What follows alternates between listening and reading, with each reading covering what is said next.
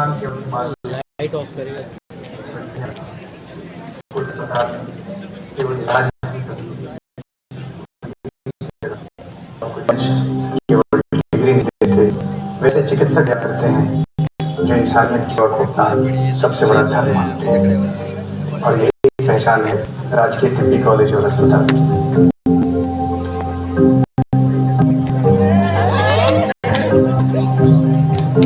अगर इतिहास के पन्नों को पलटे तो मालूम होता है कि सबसे पहले जस्टिस नूरुल हुदा ने 1912 में मदरसा इस्लामिया शम्सुल हुदा की नींव रखी, और इसी मदरसे में बिहार में पहली बार एक डिपार्टमेंट यूनानी मेडिकल साइंस के लिए बनाया गया था।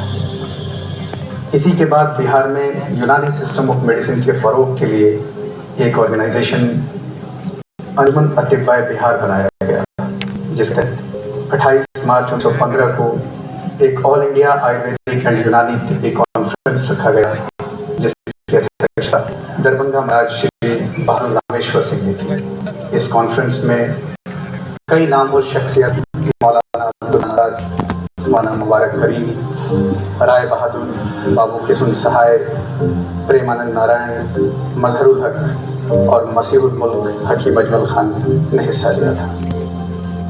इसी के कुछ साल बाद सन 1926 में गणेश दत्त, सर सैयद फखरुद्दीन अहमद, हकीम रशीदुल नबी, हकीम कुतुबुद्दीन, हकीम मोहम्मद इदरीस, हकीम सैयद मज़ाहिर अहमद, हकीम मोहम्मद सालेह ने पटना में एक गवर्नमेंट तिबिया स्कूल कायम किया, जिसकी शुरुआत भिकना पहाड़ी से हुई, जो रमना रोड अड्डा घाट होते हुए अब कदम कुआं में स्थित है।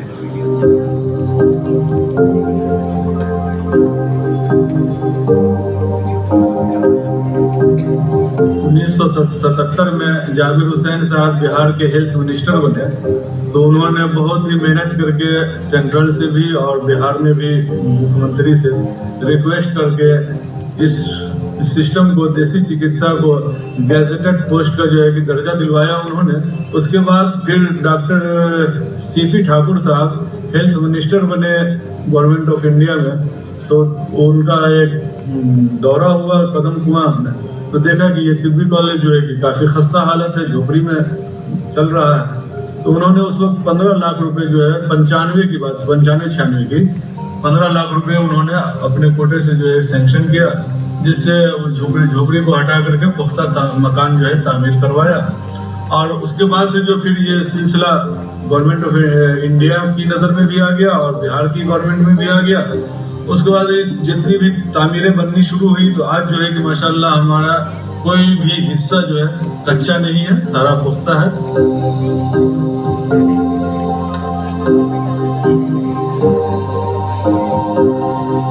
मेरा टारगेट सिर्फ अच्छा हकीम, अच्छा डॉक्टर बनाना नहीं है, बल्कि ऐसे डॉक्टर हकीम की टीम तैयार करनी है जो वेल एजुकेटेड और वेल सिविलाइज्ड हों, ताकि समाज की अच्छी सेवा कर सके।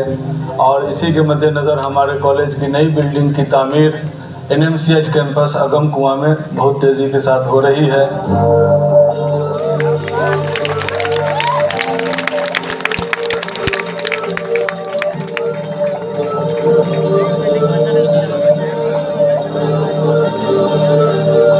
और अब बिहार सरकार ने नए परिसर के लिए पटना के अगम कुआं में 10.5 एकड़ की भूमि आवंटित की है, जहां 200 सीट्स पर एडमिशन का प्रावधान है, और साथ ही 200 बेड के अस्पताल अत्याधुनिक सुविधाओं के साथ निर्माणाधीन है।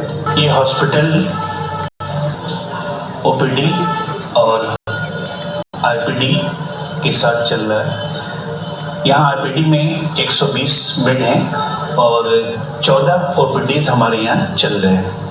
यहाँ हर रोज़ लगभग 400 से 500 पेशेंट्स हमारे यहाँ आते हैं और उन सभी पेशेंट्स का ट्रीटमेंट यूनानी मेडिसिन के ज़रिए किया जाता है। यहाँ रजिस्ट्रेशन के या दवाओं के या इन्वेस्टिगेशंस के या प्रोसीजर्स के कोई चार्ज मरीज से नहीं किए जाते हैं।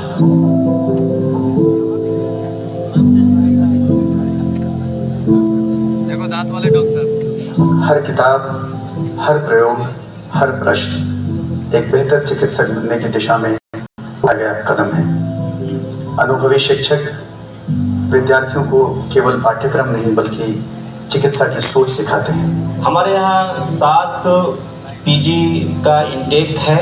हर साल 7 बच्चे एडमिशन लेते हैं। इस वक्त 4 बैचेस यहाँ पर स्टडी कर रहे हैं। तकरीबन 28 बच्चे यहाँ पर ज़ेर तालीम हैं।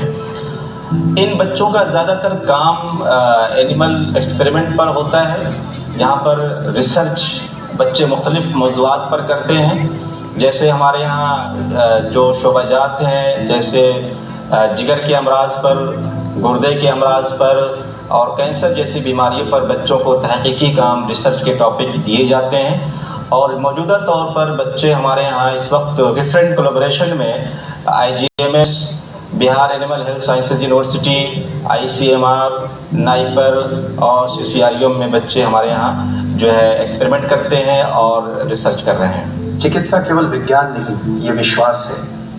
यही विद्यार्थी सीखते हैं कि हर मरीज केवल एक केस नहीं, एक परिवार की उम्मीद होता है। मुझे इस बात का फ़ख्र है कि गवर्नमेंट तिब्बी कॉलेज एवं अस्पताल को आज 100 साल होने जा रहे हैं और इस मौके से मैं एज अ फैकल्टी इसको गुजरते हुए देख रहा हूँ। और इस मौके से 1 साल पहले सेंटेनरी सेलिब्रेशन का इनॉग्रेशन हो चुका था।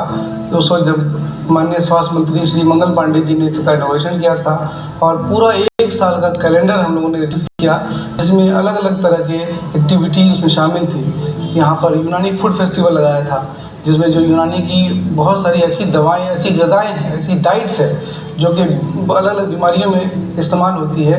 उसके लिए हम लोगों ने बच्चों को इंकरेज किया था कि वो फूड बनाना सीखें और लोगों को वो एज़ पर रिक्वायरमेंट डाइट तो दे सकें। उसके अलावा वो हेल्थ कैंप लगाया गया। उसके अलावा स्पोर्ट्स वीक मनाया गया, जिसमें बहुत तरह के गेम खेले गए और उसके लिए हम लोगों ने बच्चों को अवार्ड भी दिया।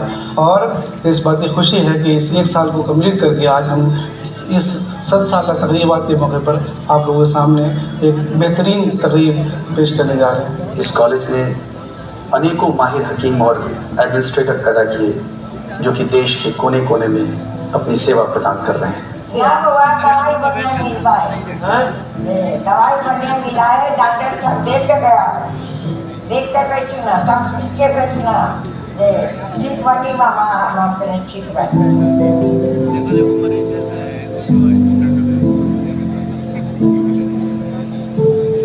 अल्हम्दुलिल्लाह साबिक वज़ीर आला नीतीश कुमार जी ने यूनानी के फ़रोग़ के लिए बहुत कुछ किया है, जिसके नतीजे में आज यहाँ पर बहुत सारे रिसोर्सेज हैं। और गवर्नमेंट तिब्बी कॉलेज हिंदुस्तान के उन अहम तालीमी इदारों में शुमार होता है जिनमें अलीगढ़ मुस्लिम यूनिवर्सिटी या फिर हमदर्द का शुमार होता है या नेशनल इंस्टीट्यूट ऑफ यूनानी मेडिसिन बेंगलोर का शुमार होता है।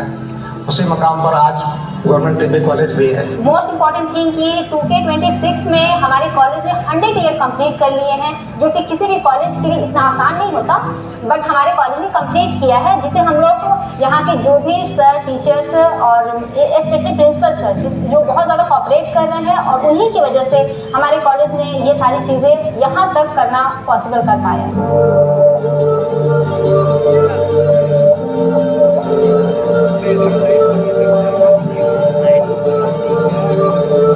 मेरे लिए मेडिकल कॉलेज सिर्फ एक इंस्टीट्यूशन नहीं बल्कि एकेडमिकली और पर्सनली दोनों तरह से ग्रो करने का एक पार्ट है। हमारे कॉलेज में एक्सपीरियंस फैकल्टीज़ हैं जो हमें एक परफेक्ट थ्योरेटिकल नॉलेज देते हैं। फिर हमारे कॉलेज में IPDs हैं, OPDs हैं, तो उसमें हमें टीचर्स के थ्रू एकेडमिक नॉलेज के साथ साथ क्लिनिकल एक्सपोजर भी मिलता है। ये शोबा तहफ़्फ़ुज़ी समाजी तिब है, इसमें इल्मुन सुमूम और ज्यूरिस शामिल है। इसका मर्ज सब्जेक्ट है।